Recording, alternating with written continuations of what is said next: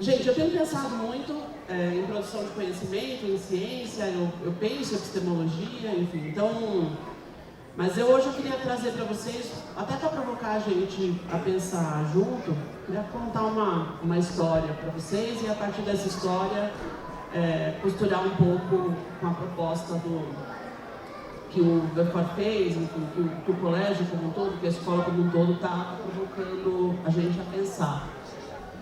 Essa história que eu quero contar para vocês é uma história de alguns homens que, num dado momento da história da Europa, que depois acabou tendo impacto para a história global, num dado momento ficaram com muito medo. Então a história que eu vou contar para vocês é uma espécie de resposta a um medo muito intenso. Acho que vocês sabem muito bem que quando a gente fica com muito medo, a gente reage de determinadas formas, né? Tem algumas maneiras meio esperadas que a gente reage quando a gente fica com medo. Nesse caso, não são pessoas quaisquer, são homens, né? Os homens também têm algumas reações típicas quando eles ficam com medo, né? Quando eles se sentem muito inseguros, quando as certezas deles são abaladas. As respostas são meio óbvias, né? Não são muito criativos nas respostas, né? Eu diria assim. E esse momento, né, que eu quero mostrar para vocês, de que esses homens ficaram com muito medo, é um momento que a gente marca na história como um momento do início da tal modernidade europeia. Então ali no século XVI, a gente tem uma mudança histórica de mudança de visão de mundo. Você deixa de pensar no sistema geocêntrico em que a Terra é o centro do universo e o Copérnico chega e diz, olha, não é bem assim. Essa notícia, ela causa um impacto muito grande nessas pessoas, nesses homens. Porque a partir daí, todas as certezas vão ser colocadas em xeque. E isso cria uma sensação de medo muito grande. Tem um aforismo do Copérnico e também tem alguns trechos de texto do Pascal. Então, Copérnico, exatamente nesse momento, e Pascal, um tempo depois, aí, né, um século, um pouco menos depois, que me chama muita atenção. O Copérnico diz assim: pela primeira vez diante de um universo indiferente e frio, o humano cala e sofre.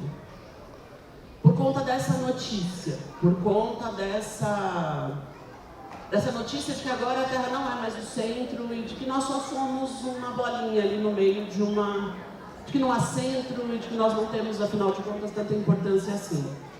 Pascal usa termos, quando ele vai falar, um pouco depois, sobre a condição humana, diante dessa notícia, como seres humanos enjoados, atormentados, inquietos. Por que eu quero começar com isso, gente? Para falar desse movimento todo que a gente está criando aqui hoje, de pensar a ciência. Porque eu vejo... Vai. O que eu vejo, gente? Que esse impacto, né, dessa mudança vai fazer com que esses homens reajam de uma maneira muito peculiar. Diante dessa situação de isolamento e de desconfiança, de descrença diante de tudo que se acreditava, a resposta vai ser muito poderosa.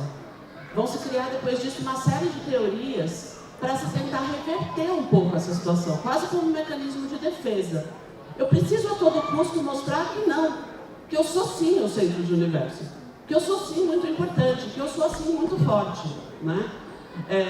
A gente vai ver o nascimento, a partir destes momentos, nos séculos seguintes, de uma obsessão por retomar a todo custo a centralidade da razão, a centralidade deste homem, a centralidade da verdade, de todas as formas possíveis e imagináveis e em outras bases. Mas é quase como um desejo desesperado de ocupar de alguma forma uma centralidade em outros termos. Então a gente vai ter um movimento de resposta muito grande a esse medo, a essa crise, garantindo então a partir daí que a ciência tem uma presença muito forte, que a razão tem uma presença muito forte, que um tipo de objetividade que vai surgir garanta de alguma maneira alguma coerência, que esses homens entendam que eles podem controlar sim, que eles podem dominar sim, que eles não são tão desimportantes assim. A partir daí surgem ideias que vão surgir mais para frente ainda, já no 18, de que existe uma linearidade no tempo, que existe uma sequencialidade, que todo mundo está dentro dessa sequencialidade. Tudo isso, de alguma forma, dá a impressão de ser uma resposta a toda essa sensação de crise que surge nesse momento, né, dessa marcação aí que eu contei para vocês, como uma resposta a um afeto. Né? Eu tenho pensado muito que praticamente tudo que a gente pensa em relação à ciência, à razão, ao próprio progresso, tem a ver com esse afeto do medo, como uma resposta que foi necessária dar para o momento em que as pessoas precisavam encontrar um jeito de organizar novamente por meio da razão alguma coisa que não se tinha como fazer se não criar um sistema ordenado. No fim das contas, são fantasias, porque as coisas não funcionam desse jeito. Mas eu penso muito, gente, que vale a pena a gente retomar o como a gente acabou criando tantas respostas e reproduzindo essas respostas a partir desses afetos que não são os nossos, né? Acabamos fazendo isso de maneira repetitiva, sem perceber que no bojo dessas respostas, a gente tem um outro mecanismo de defesa muito conhecido quando pessoas estão inseguras, que é o processo de autoafirmação pela própria razão, pelas próprias visões, que acaba desqualificando o outro, porque você precisa ser centro, então você acaba desqualificando o outro. E talvez isso explique porque a gente tem, do início da modernidade até hoje, apenas uma maneira de olhar o tempo, apenas uma maneira de olhar a ciência, apenas uma maneira de olhar a verdade, apenas uma maneira de conseguir compreender como é que a gente poderia lidar com os nossos problemas. Então, a gente não tem, na verdade, uma descrição de como que é que se conhece. Me parece que nunca foi a questão isso. Não era isso que estava em questão quando se elaboraram essas teorias todas que nós aprendemos, produzimos e reproduzimos sobre ciência. O que, na verdade, nós temos foi uma resposta a um contexto histórico, né, como diz o Pascal, de homens que estavam assustados, que precisavam dar respostas para aquilo, precisavam organizar, precisavam temporalizar para se aquietar. E isso, de alguma forma, fez sentido. O que tem me preocupado bastante, gente? Que me parece que todo o movimento de produção da ciência foi em resposta a um afeto. E agora, quando a gente começa a pensar em outras epistemologias, e finalmente a gente tem feito isso, me preocupa que a gente novamente esteja fazendo isso em relação a outros afetos e não em relação à produção e reprodução da vida ou em tentar encontrar novos caminhos. Mas, da mesma forma que eles operaram com medo, que a gente esteja pensando em outras epistemologias, operando em relação ao afeto de não termos sido escutados, de estarmos ressentidos com tudo o que aconteceu, por termos sido calados por tanto tempo. Então isso é uma coisa que tem me preocupado bastante.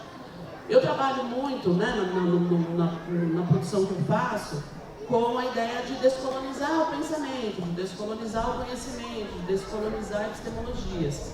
Eu lembro que quando eu comecei a mexer com isso, o meu foco era ver se a gente conseguia chegar em multiplicidades científicas ou em epistemologias diversas, portanto não em uma epistemologia, né, mas em várias epistemologias, que tivessem algum tipo de possibilidade de atuar em relação à produção e reprodução da vida, que isso estivesse ligado a produções e reproduções da vida em larga escala. Mas nos últimos anos eu tenho visto que tem outros afetos envolvidos nessa produção. Talvez eu tenha trazido para vocês hoje essa ideia de que o afeto do medo que abriu a modernidade e que fez com que esses homens produzissem todas essas fantasias, fantasia de progresso, fantasia de linearidade, fantasia da ciência objetiva, fantasias diversas, né, que nós conhecemos muito bem, até porque elas estão com a gente até hoje. Me preocupa se a gente não orienta também a produção de novas epistemologias hoje a partir de outros afetos, né? E acho que é um pouco dessa provocação que eu queria trazer para vocês, né? Que a gente pensasse por que a gente quer outras epistemologias, quer dizer, o que a gente deseja quando a gente pensa em novas formas de ciência. O que a gente tem em vista? O que a gente quer fazer com isso? Né? Qual que é o nosso objetivo? Quando eu vi a proposta de vocês, né, em pensar nesse movimento de fiar, desfiar, confiar, é interessante, né? Porque a filosofia ela opera muito com a desconfiança, né? Mas ao mesmo tempo, o mundo tem a ver com confiança, mesmo que sejam confianças provisórias, né? Eu estudo muito o Winnicott, né? Um psicanalista fofo que gosta da confiabilidade, né? Eu não sei nem se eu acredito no Winnicott, mas eu acho ele muito fofo, né? Aquieta o coração, não é assim, né? Eu brinco assim que eu acho que eu sou mais Lacan, mas quando eu estou precisando de um pouco de aquietação, eu leio o Winnicott. E o Winnicott tem umas ideias muito interessantes sobre como que eu posso permanecer de alguma maneira vivo, como que eu posso ser. E essas teses, elas passam por você conseguir manter alguma confiabilidade no ambiente que você está. Então, é interessante que, sim, a gente desconfia de tudo isso que a gente está dizendo aqui, né, de ideias consolidadas, mas eu não desconfio da ideia de ciência, eu desconfio dessa ciência, né? Eu não desconfio da nossa capacidade de produzir conhecimento. Talvez a gente pudesse até pensar em outros nomes, que eu acho que esse aí já está bastante contaminado. Mas não me preocupa tanto a ideia nem da gente fazer filosofia, nem da gente fazer ciência, nem da gente produzir outros saberes. Mas acho que a provocação que eu queria deixar para vocês é que a gente, nesse momento, que finalmente a gente consegue operar um pouco com multiplicidade e não comunidade, que a gente consegue pensar mais de forma não linear, a gente começa a fazer isso, que a gente não repita essa história de começar uma produção de múltiplas epistemologias como mecanismo de defesa por conta dos nossos sofrimentos. Acho que essa é a provocação que eu quero deixar para vocês. Me parece que isso não deu certo. Acho que esses homens com medo reagiram muito mal ao criar ideias de que o mundo começa aqui e termina ali, né?